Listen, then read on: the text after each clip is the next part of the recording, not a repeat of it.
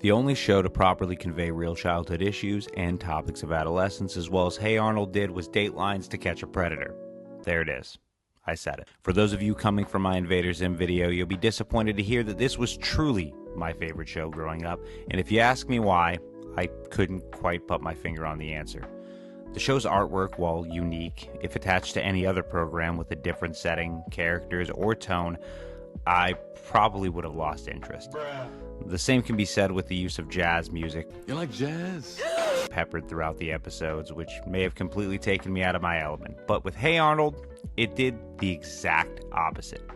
Maybe it's the nostalgia of it all, but the art style somehow reminiscent of a Jackson Pollock painting, and the soft, lingering jazz music to express the feeling of belonging that sticks with me even to this day, and I find myself returning again and again to that headspace and that cartoon about a football-headed boy that I truly enjoyed. Arnold as a whole is an entire subject that I could riff about for hours. Pumpkin! From his baseball cap to the flannel and sweater combo to his unique and iconic room, or even his choice of pet, Abner. It gave me a desire to embrace the abnormal and to be myself, to accept that uniqueness is where I best fit in, with a style of my own that suits what makes me comfortable.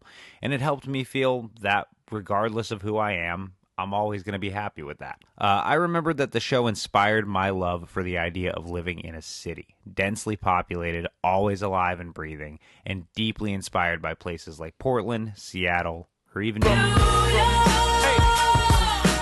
it had a community. It had diversity, life, but it also a bit of danger. I remember being immersed because the show never really felt like there wasn't a space that was filled with things happening. People talking and lives being lived. This show, the themes, and its characters, they made me who I am today. And for better or worse, I love and accept that about myself. One character that honestly deserves his own video besides Arnold himself is Gerald. You want to go throw rocks at Helga throwing rocks at a dumpster? Sure. Throughout the series, Gerald is the perfect example of a friend I always wanted growing up. And sadly, if you know the ending of this story, I grew up never having any friends because I was too busy watching Hey Arnold. But that's beyond the point. Gerald was loyal. He went out of his way to stick by his friend and devote his own time to Arnold despite the numerous other children from the series he could have been playing with. Even when things were dire, you'll always see Gerald by Arnold's side or vice versa because he was given depth and character. He wasn't just some supporting cast there as a quick wrap-up for continuity's sake. Every character, especially the children, they all had depth. They all felt real, they all felt unique, they all felt eccentric, yet grounded. Although many of them played off of a stereotypical trope, Rhonda, the spoiled rich girl, Harold, the overweight bully, Eugene, the geeky kid always prone to tragic accidents, they never really felt unrealistic or just the generic stereotype. Eugene, although cursed to have the worst luck imaginable. Good news, guys. The doctor says I'll have my full memory back in a few weeks. Oh, what a pretty sign. Eugene, that's a stop sign! I'm okay. Always continue to look on the bright side and stay optimistic. Harold, while being the stereotypical bully, would show a soft spot in a few episodes, as well as being from a loving and caring, as well as Jewish background, which I would have never considered because of how little the show leans into it. And Rhonda, well, Rhonda was a bit. Hey, real quick, patrons starting as little as $1. Every dollar helps. If you're enjoying the video, leave a like, consider subscribing, and drop a comment, and tell me about your favorite character or an episode you loved, or the one that you want to see me cover in a future video. This show brought all too real problems we faced as children to life. Even the one-off episodes about the mysterious or the fantastical were so grounded in reality. It's not unlike our childhood to be told of legends passed down from generation to generation, or even just a simple and sometimes sad story that's been dramatized by children with overactive imaginations. Now, did these stories raise more questions than they answered? Of course they did. I still want to know if Stoop Kid really lived on that stoop. He's never really seen going inside, and Arnold even finds him late one night tucked away in a dark corner, bawling his eyes out despite having the ability to cry indoors, away from the general public, with a bit of dignity, and we never really see anyone leaving or entering the property. So, Well, Craig, I've got some questions, and I don't even want to start to delve into Pigeon Man. To begin with, I don't know enough about air travel to question the validity of whether or not those pigeons could really carry him anywhere, and considering how long it would take them to carry him from one city to the next, how many times do you think they had to on him before they eventually got there? My point being is that all these people could really exist in the world today. If you remember tall tales that you were told about as a child, like that old man that lives a few houses down that invites children inside and they're never seen again, or that kid that lives in your friend's street that's never gone to school and his parents never let him outside to play, maybe you heard the story about how a relative's friend's sister Romeo and Julieted herself with her boyfriend because the voices in their heads told them to. But those stories have real world and sometimes tragic realities behind them. The kids are the old man's grandchildren who never come back to visit him. The boy was really homeschooled and often sick or a victim of Munchausen by proxy and forced to stay away from prying eyes. The sister died in a car accident with her boyfriend. But none of us are willing to dig deeper, and it's only until we as adults begin to make sense of these stories that we understand what's truly going on. But Hey Arnold's willing to dive headfirst into their realities as a curious child who just wants answers, which honestly makes the one-off Halloween episodes feel so much more interesting. With moments that felt mundane or dilemmas filled with quiet and calming self-reflection, this show wasn't afraid to take breaks away from the world's problems and just let you breathe in it for a while. And in doing my research to really delve into the subject, I found that a lot of other creators remarked on this as well.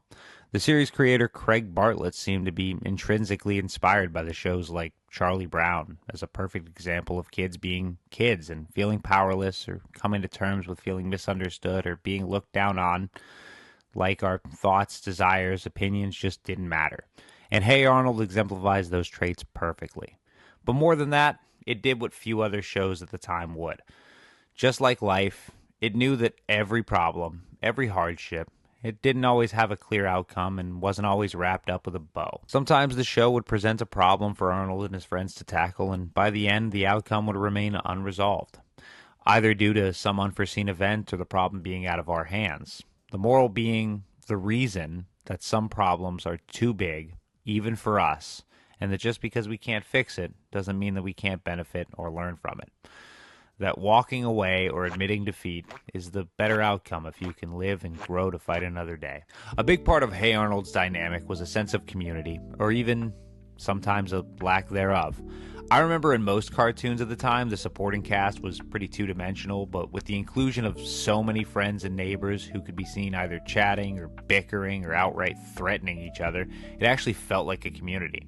One with their own beliefs, opinions, and values, and Hey Arnold has a long list of supporting characters from Arnold's friends to his boarding house neighbors, or even random characters like the Jolly Ollie Man, who gets an entire episode centered around him in which you learn a little bit about his personal life and begin to form an understanding behind the cynical and vitriolic ice cream man. From Hey Arnold's grandparents watching the world around them change and the things that they would have held dear get destroyed, to Mr. Wynn's life surviving a war-torn country, every character feels like they have a purpose and they have shape. Don't get me wrong, though.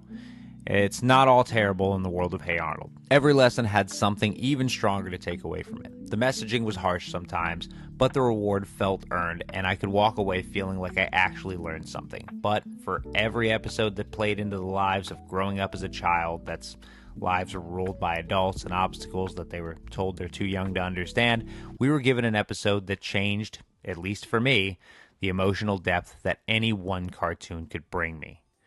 The one thing that I felt this show never really explored was hatred, bigotry, sexism, or any form of discrimination, but not because it was afraid to. Trust me, it had enough people of varying race, religion, height, age, handicap to take a shot at that, but it went to prove that even if we do have all of these differences, and even if we tend to bicker or argue from time to time, it was always about the passion that we had to defend something we love and not spit on something because it's different. Shows like Hey Arnold are pretty timeless in my opinion. Yeah, the style is dated and maybe the activities we grew up with as children have changed. Killing me! Get the out of my room! I'm playing Minecraft! But the message still exists, and I feel as though that they could transcend a completely different generation if you interpret it the right way. Even in the sense that this show is nearly 30 years old. And me, I'm 56 years old. Damn! I'm sorry. I'm sorry. Because it was a Sorry, thought. it's- No, seriously, it was a Dude, thought. You can still find value behind the messaging and experiences that the world shows you. It's okay to be different. It's okay to accept wins with losses and to take a moment to breathe and be in that moment. I hope that one day I can make a deep dive into a specific episode or a character or really just anything about Hey Arnold. In fact, I hope that I can do that with every film or show that I cover now or in the future. But right now, I'm still finding my place on this platform. And if you do have an episode or even a cartoon that I'm familiar with that you want to see me really break down, I would love to give it a try. But I just don't know where to start. This show is such a classic. Well, that's classic, that is. Look at that, that's classic. My potato fell into my lemonade. It would truly just be a gift to really look into anything, so I'll leave it up to you. Please feel free to drop a comment and let me know what you want to see. And I can't guarantee it'll happen, but I will certainly try. We've had a lot of ups and downs on this channel, and for those of you that stuck with me, don't forget how appreciative I am of you. I want to do something special for every one of you. So hopefully, if you're still here, let me know in the comments how I can celebrate our success over the last few years. I'd love to do a giveaway or something special for all of you. You really do deserve it. I didn't get to cover some of the fantastic characters that I would have loved to break down, or even the creator and mastermind behind it all and his inspirations and how he changed future programming. So many things I had to let slip through the cracks for brevity's sake. So please don't forget to like and comment so that I know that you really want to see more and hear more about this, because I have so much more to say, like Helga's mother's drinking problem. Though with that, my patrons are on screen. Thank you guys so much for sticking around as long as you have. Don't forget to like, share, and subscribe if you haven't already. Thank you to my lovely editor. His, as well as the rest of the links, will all be in the description. But until next time, be well.